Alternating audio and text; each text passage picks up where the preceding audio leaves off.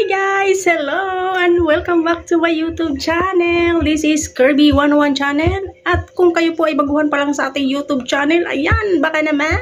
Ayan, subscribe, like, and share na rin po. And don't forget to hit the notification bell para po kayo updated sa ating susunod na mga video.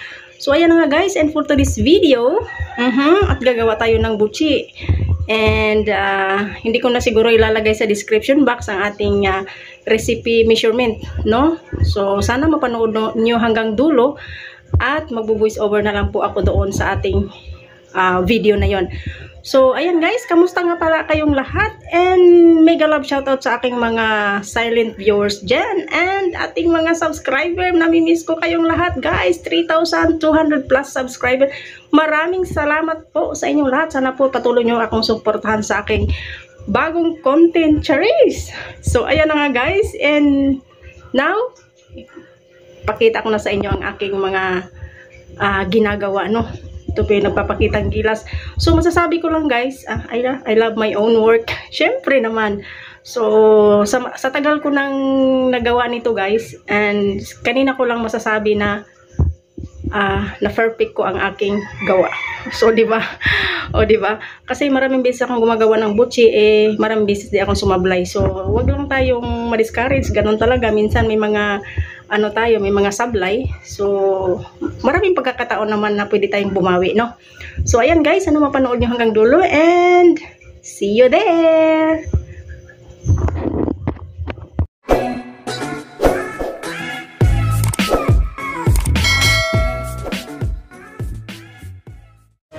While Patchy pulls himself together, let's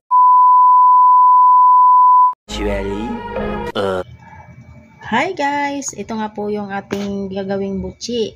So ayan, since hindi ko na naipakita sa inyo ang aking mga measurement, so sasabihin ko na lang po sa inyo na meron po tayong kamote na kalahating kilo, at yun po ay ating sukatan ng ating dough mamaya is 1/4 cup. And meron tayong glutinous rice flour is 6 cups or 600 grams, kalahating kilo ng ating glutinous rice flour, at 1 cup all-purpose flour. At yung tubig na ating gagamitin is maaligamgam, no? Ayan, warm water po ang ating gagamitin, at meron tayong sesame seeds dyan, at syempre cooking oil. So ngayon, sisimulan na natin ang ating pagkwentuhan. So ayan guys, meron akong kalahating kilong kamote. So ini-steam ko muna siya bago ko siya gamitin, no? Syempre, natural, alangan maghilaw ihalo mo dyan. So sa ating kalahating kilong kamote, hinahati ko pa siya pagkatapos kong ma-mash, no? Dinudurog ko.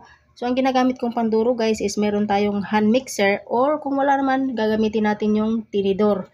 So ayan, para bunggang-bunggang yung pagkadurog at mapino-pino talaga siya.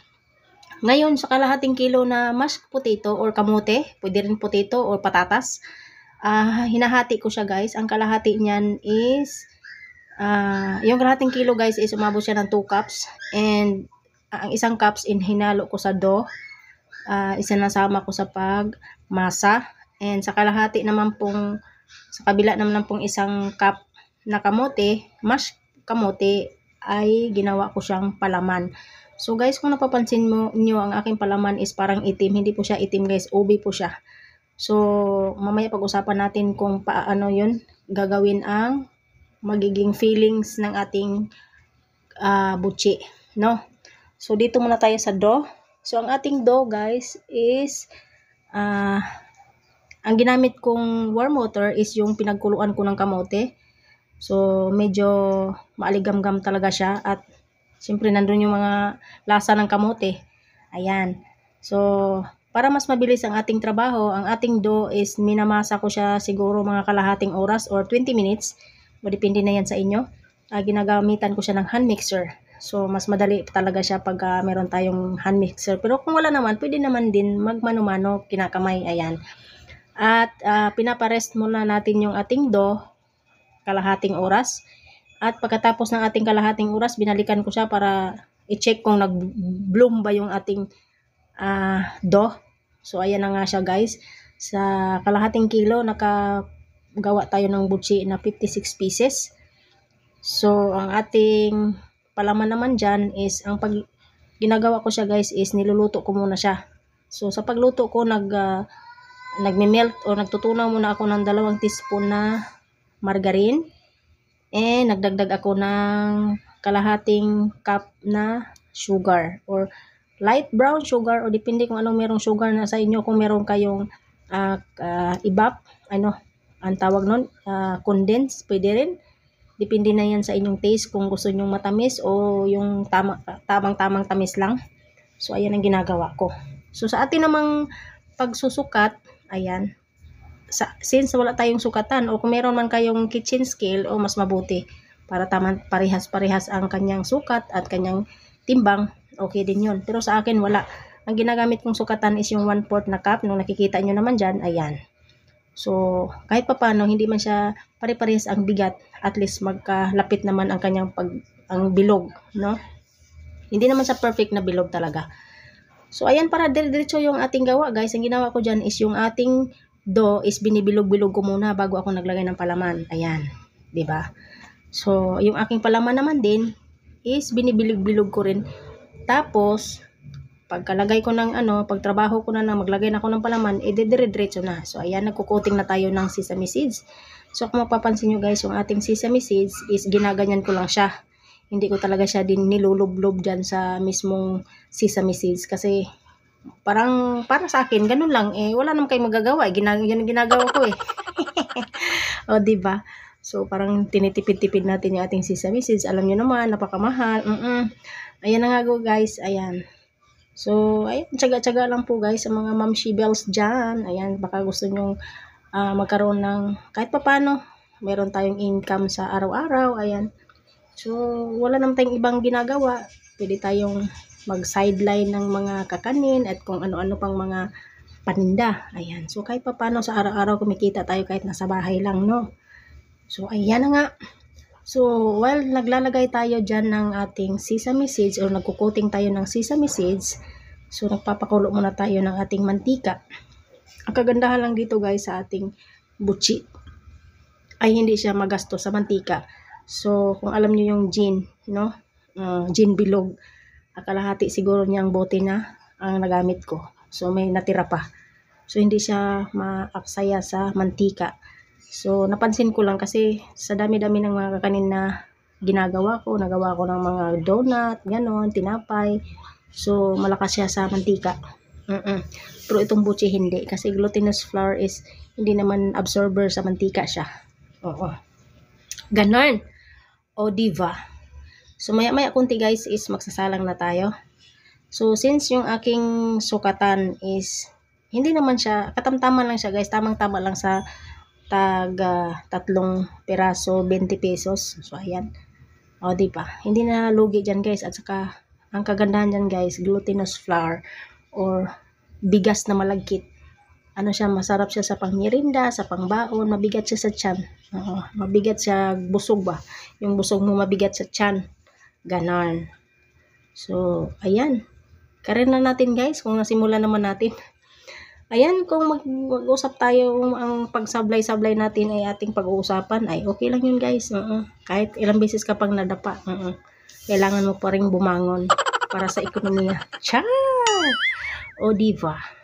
Ganon. So, ayan, shoutout nga pala sa akong likuran guys. Huwag nyo na lang pansinin yan. Sasabihin ko na lang sa inyo, magulo, no? Kita yung ating lagay ng ating mga plato dyan.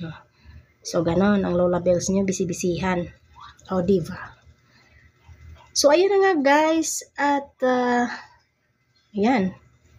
Ang ating, guys, ang ating kamuti pala is, hindi talaga siya pwedeng sabihin mo na butchi kung walang kamuti. Bakit kanyo ang kamuti ay meron sa butchi? Ang papel niya dyan sa paggawa ng butchi, ang kamuti is napakalaking tulong po sa ating butchi. Kahit malamig man siya, hindi siya titigas. O diba? Kahit malambot, matigas, malamig na siya, sobrang lamig, malambot pa rin. So, sana all malamig.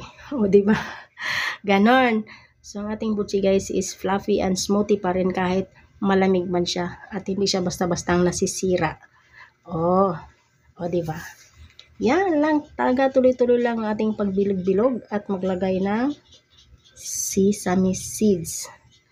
So, di ba, ang aking pag-apply ng warm water or yung maligamgam na tubig, guys, is 3/4 cup of water. Depende na yan sa inyo kung pakiramdaman nyo na lang inyong dough. Kung medyo basa, mag-add kayo ng all-purpose flour ba or glutinous flour. Kung medyo naman matigas-tigas pa inyong dough, is magdagdag kayo ng water. So, ganun lang siya, guys. At saka yung pagbuhos natin ng pagbuhos, hindi yung ganun, guys, kadali.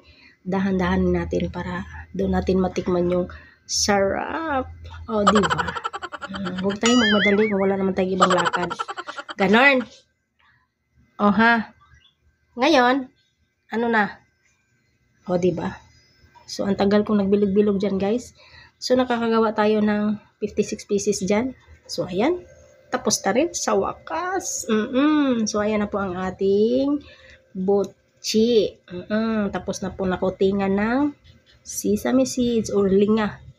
O, diba? Ayan, tingnan nyo yung mga itsura ng aking pagbilog-bilog. Hindi man siya perfect. At least, magkalapit. O, diba? Hindi na siya ganun kabilog. So, ayan, nire-ready ko ng aking lagayan mamaya para sa ating lutong butchi. So, ayan, ginagawa ko lang siyang ganyan, saging, dahon ng saging, at tupperware. Para hindi siya mabilis lumamig. Masarap kasi ang butchi kapag mainit-init pa. So, ayan. Tara na at magsalang na tayo. So, ayan na nga, guys. Ayan, expected talaga, guys, kahit anong gawin mong pagbilog-bilog dyan, masisira at masisira talaga ang iyong beauty, no? Yan, kasi mainit na mantika yan, siyempre magde-deform talaga siya. So, ang ginagawa ko dyan, guys, is 2 sandok ang ginagamit ko habang ako'y naghahango. Ayan, inaayos ko muna yung kanyang pagkabilog. Gamit yung kamay, kamay. Hindi mapaso. So, ayan na, guys, medyo mabilog-bilog na siya kasi inaayos-ayos ko habang niluluto ko siya. Ayan, hintayin na natin siyang maging golden brown. Ayan, paluto na ang ating butchi, guys.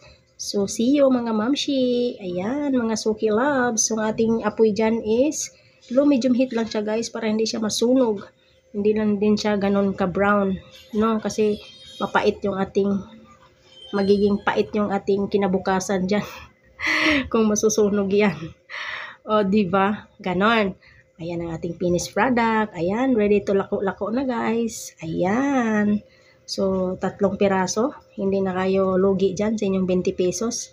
Ayan. O, diba? O, fluffy na. Smooth pa. Ayan, masarap yung ating butchi. Mausok-usok. At, ayan, fresh na fresh. O, diba? Sarap yan, guys.